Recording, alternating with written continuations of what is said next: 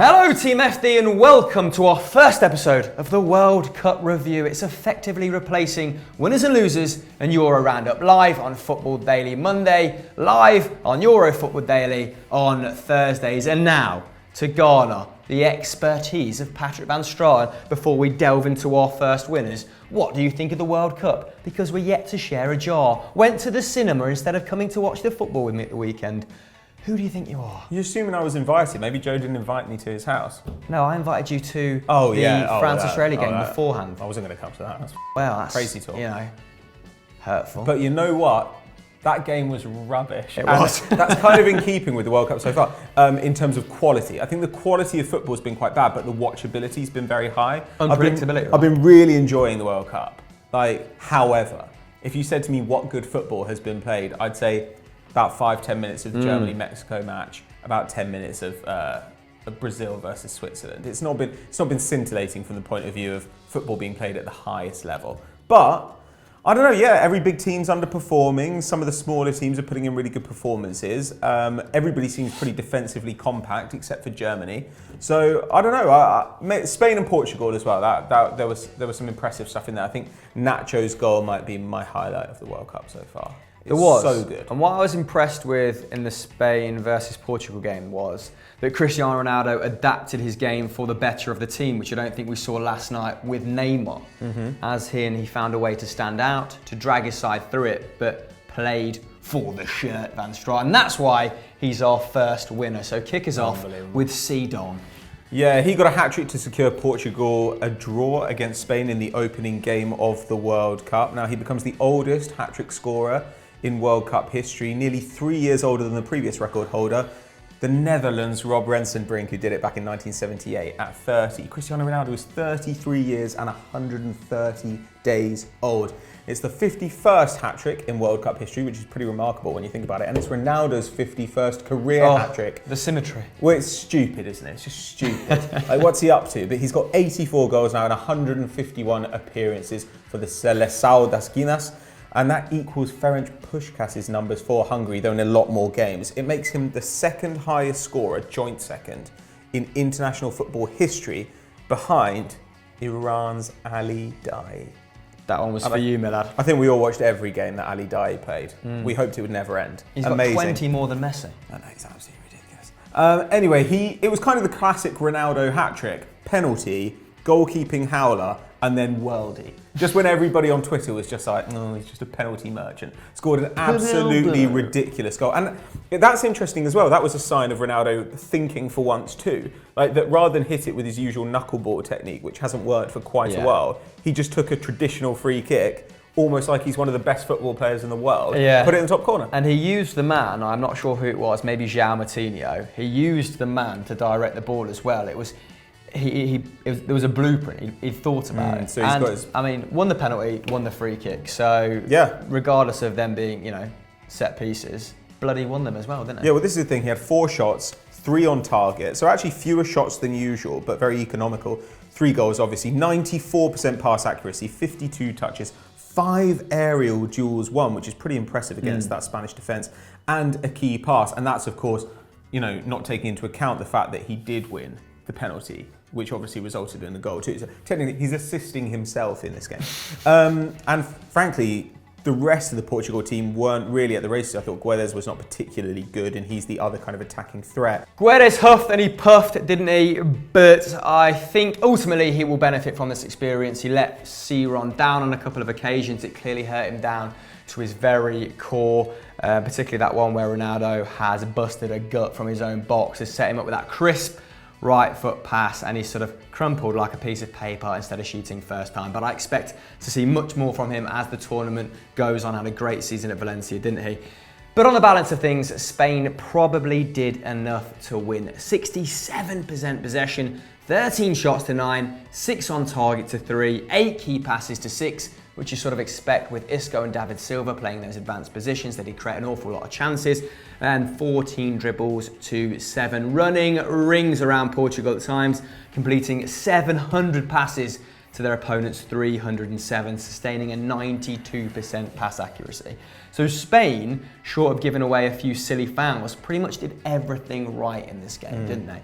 So yeah, unfortunate to lose, but we all love that drama, don't we? And props to Diego Costa. There was a bit of a debate, wasn't there, as to whether Morata should go or whether Diego Costa's done enough this season just gone at Atletico Madrid, but he bullied Pepe and Fonte all game, and that first goal was probably, unlucky to be sort of blown out of the memory by Ronaldo's free kick, but what a fantastic take it was. Isco as well also had a bit of a party, didn't he? 89 successful passes, the second most on the pitch behind Ramos with a pass accuracy of 94%. He was cropping up everywhere.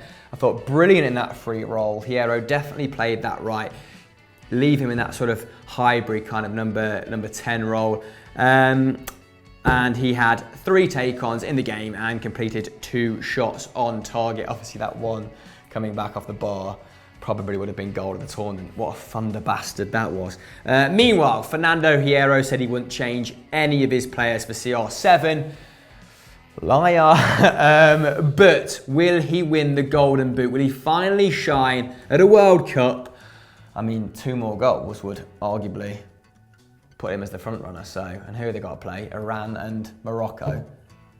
Yeah, get your money on it. Our first loser is Leonel Messi. Unsurprising after Argentina drew with Iceland, disappointingly 1-1. What happened to him? What an awful game that was. But yes, Messi had a penalty save, didn't he, by opposition goalkeeper and filmmaker Hans Haldorsen during their 1-1 draw with Iceland. Rate his short sleeves as well. Well done, sir. But no, it wasn't Messi's best game by any stretch. He had 11 shots, only registered 3 on target, and he was dispossessed 8 times, but did have a pass accuracy of 86% according to the stats on my sheet, which means relatively little, although he did complete 8 out of 12 dribbles, so beat his man on most occasions. He's now missed 4 of the last 7 penalties he's taken for club and country, and when he stepped up, I had a feeling, Pato, deep inside my plums that he would miss. What about you? Was it based on the fact that he always misses? Yeah, he's not got the greatest of records, has he? Only Italy's Luigi Riva has had more attempts without scoring in a World Cup game, which was 13 against Sweden and Israel in 1970. He had 2 games where he had 13 shots. 26 shots in 2 games. And didn't score. Old Luigi. Wow, what a performance. But it was a poor day at the office for the Argentinians all round. Despite having 78% possession, 27 shots to 8 and 7 on target, they just couldn't find a way past a very compact Iceland, barring that sort of lovely swivel and finish by Sergio Aguero in the box.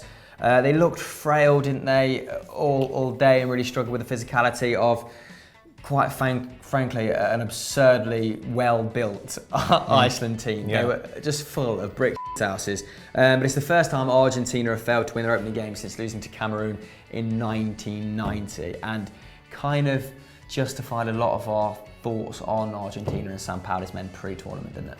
Yeah, though at the same time, as you said, those statistics show that it was kind of a dominant performance. You don't think that there's anything fundamentally wrong necessarily. They were able to create shots. The worry is more at the other end, you'd argue, against a better attacking side. Javier Mascherano is still playing, so is Lucas Biglia. Mascherano won his 144th cap. That sets an Argentinian record, overtaking Javier Zanetti.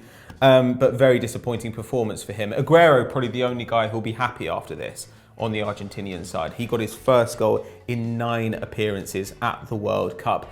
For Iceland, it's pretty easy to find guys who had good games. Gylfi Sigurdsson, 3 shots, 5 dribbles, 5 tackles. And Augsburg striker Alfred Finnbogason, he got 12 goals in 20 appearances last season, and he was pretty dependable here as well. 2 shots, 2 dribbles, dispossessed just twice, which is pretty good for a forward in quite an isolated system. And of course, he got the goal. Isolated. Did you do it on purpose?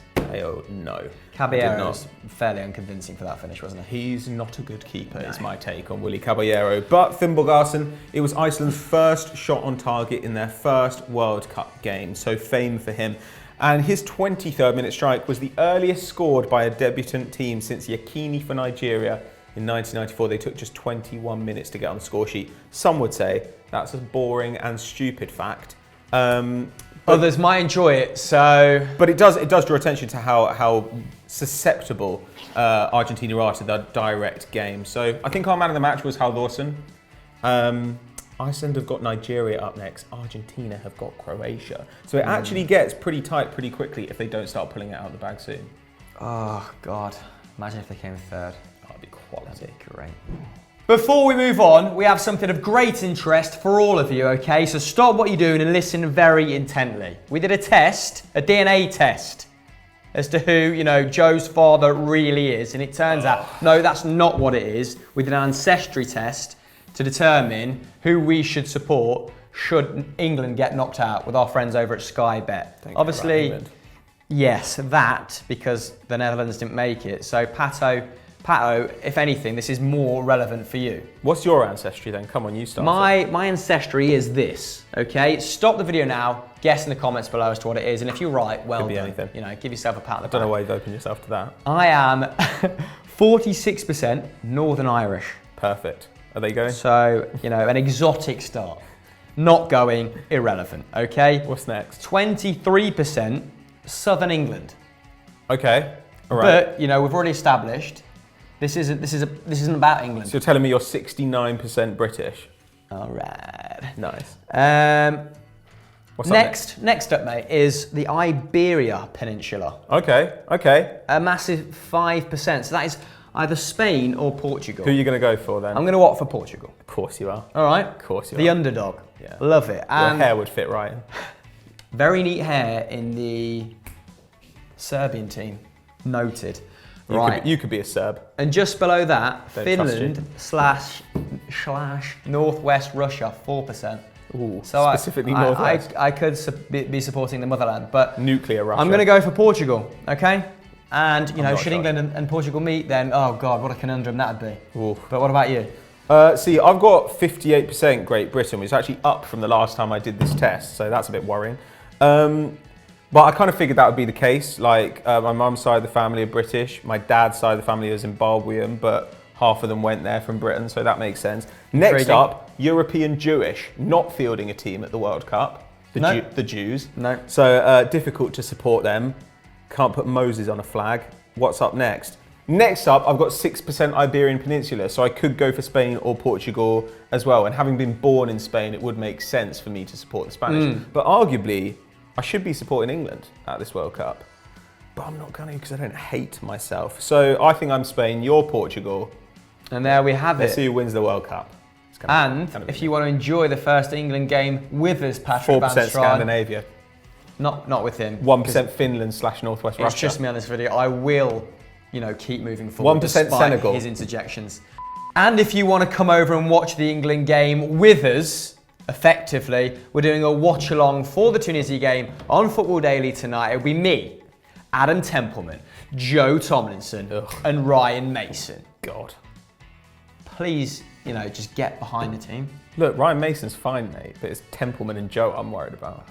Our final winners of the day are Croatia, Pato. Who did they defeat in their opening game? They beat Nigeria 2-0. Goals from Etebo, an own goal, and then a penalty from Luka Modric. Now, they're looking to improve their World Cup record. They've only got out of the group once in their 4 appearances since becoming an independent nation. But that was in their very first appearance back in 1998 when they went to the semi-final. That was an amazing team. Bilic, Stimac, Boban, Šuker. Really, really good side. Yugoslavia, much more successful, obviously. But when they were right, yeah. I mean, they produce a ton of talent, right? And the midfield that the Croats have, to be honest, Croatia and Serbia have some of the best midfield talent. That part of the world is obviously producing a lot at the moment. But in this game, they were a little bit lucky to take the lead. Etebo has joined Stoke from Portuguese side Firenze for 6.4 million.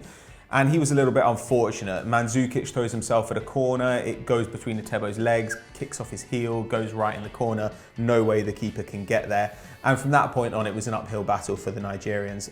It's actually the second consecutive tournament in which Croatia's first goal has been an own goal. Of course, Marcelo got an own goal back in 2014 when they opened up against Brazil. So perhaps they need to find a way to score more goals. That's my argument here. Modric got a 71st minute penalty. That was actually their first shot on target in the game after Ekong manhandled Mandzukic at a corner, and he really did Like, he put arms around him like this, like a sash. He looked like Miss America. It was unbelievable. It took until the 59th minute for the first shot on target in this game. It was absolute garbage. Yeah. That's the longest wait in the tournament so far. Yeah, great kits, terrible match is my summary, but I do have some more stats down here for your viewing pleasure. So let's divulge. Croatia, 55% possession, but Nigeria had more shots with 14 to 11. Both sides only registered 2 on target, Pato. Pretty poor conversion rate from either side, and there was no penetration in this game. There was no flair. It was all laboured. It was slow. It was boring. I'd had 6 beers, and it was putting me to sleep, quite frankly. As a consequence, Nigeria became the first team in the competition's history to concede 2 consecutive own goals. So a little bit of misfortune there, maybe because the Russians weren't allowing lucky chickens into the stadium. Saw that doing the rounds on the internet. So, interesting. Yobo versus France in the last 16 in 2014 being the last time they conceded an OG. They've also now lost 3 World Cup games in a row, their longest losing run since they lost 4 between 98 and 2002, and they've lost their last 7 when conceding first. So despite Nigeria at current being a fertile ground for breeding talent, they're not breeding good results, are they? Which doesn't breed confidence, all the breeds. And it was pretty surprising that the manager waited until the 73rd minute to make a substitution. Igalo lasted 73 minutes. He was absolutely terrible in this game and only registered 1 of his 3 shots on target. Now, the best Nigerian player on the night was probably Atibo, who, like Pato said, was unfortunate to score that own goal. He got a 93% pass accuracy, completed 9 dribbles. That's mental. 9 dribbles, completing 100% of them, which is, you know, Moussa Dembele would be proud of those numbers. 2 shots and 2 tackles. Modric was also pretty tidy for Croatia, wasn't he? But arguably wasted in that position on the pitch. 86% pass accuracy, 3 tackles, and his corner led to the first goal, and he tucked away that penalty confidently for the second. So they got there by hook or by crook, but not a classic by any means. Now, next up for Croatia is Argentina on Thursday. And they've only beaten them once in their last 4 games, which was 3-2 at the 2006 World Cup. But that was their only competitive meeting. Oh, so they pulled it out of the bag on the big occasion. So, you know, maybe they'll rise to the occasion yet again. But Argentina in serious trouble if Croatia muddy that game like they muddied this one and just grind out a result. Well, we said, didn't we, on Sunday Vibes or something, we picked Argentina as a big team that could potentially struggle. And now Croatia have got the chance to top the group. Who knows? Could be an interesting one. I love this group. I love it. Our second and final losers are Germany, who suffered a shock opening day defeat, didn't they? Yeah, they did. And I was all over this game. The emotion was tangible. Loved how invested the Mexican players were. The little piece tears at the end of the game. It's what the World Cup's all about, Pato. True emotion. But let's get on to Germany, who were somewhat devoid of it. Lost their opening match at World Cup for only the 2nd time. Last time this happened was against Algeria in 1982, but they went on to reach the final that year. And I think maybe I speak for both of us when I say I think they have it in them to bounce back from this. But they were a little bit predictable, a bit pedestrian, weren't they? But you're going to kind of break down Germany a little bit more later on. Now, this is the 3rd World Cup, the 3rd consecutive World Cup, in which the reigning champions have failed to win their opening match. So Italy drew with Paraguay 1-1 in 2010, while Spain lost 5-1 to the Netherlands in 2014. So domination, a hard thing to come by. You know, people take it for granted that Love has led Germany to at least 5 semi-finals, and they came unstuck here against the Mexicans, and it was pretty clear to see where they were vulnerable, right? The fullbacks left the centre-backs extremely exposed. Like you were saying this morning to me, Hummels said as much so, didn't he, post-match. He pretty much called out the defensive positioning of both Kimmich and Plattenhardt, who were, I mean, not even wing-backs, they were like wingers at points, weren't they? And Kimmich, what was he doing in the box when he took that overhead shot? He was arriving late in the box. Strange. And the Mexicans sort of tapped, into this fairly quickly, and the front three, the little triumvirate of Lozano, Hernandez, and Miguel Leon. Oh, Leon was good. Yeah, they worked extremely well together. and they were duly punished. Like I said, Lozano opened the scoring when he was left one-on-one pretty much with Mesut Ozil. Lord knows why he was the last defender, beating Neuer at his near post. Now, Hirving Lozano's goal has stopped a German streak of 563 minutes without being behind in a World Cup game. Wow. So that gives you an indication of how much of a surprise this was. But look at the stats, because the Germans probably did enough to get at least a point out of this, right? I'm happy they didn't.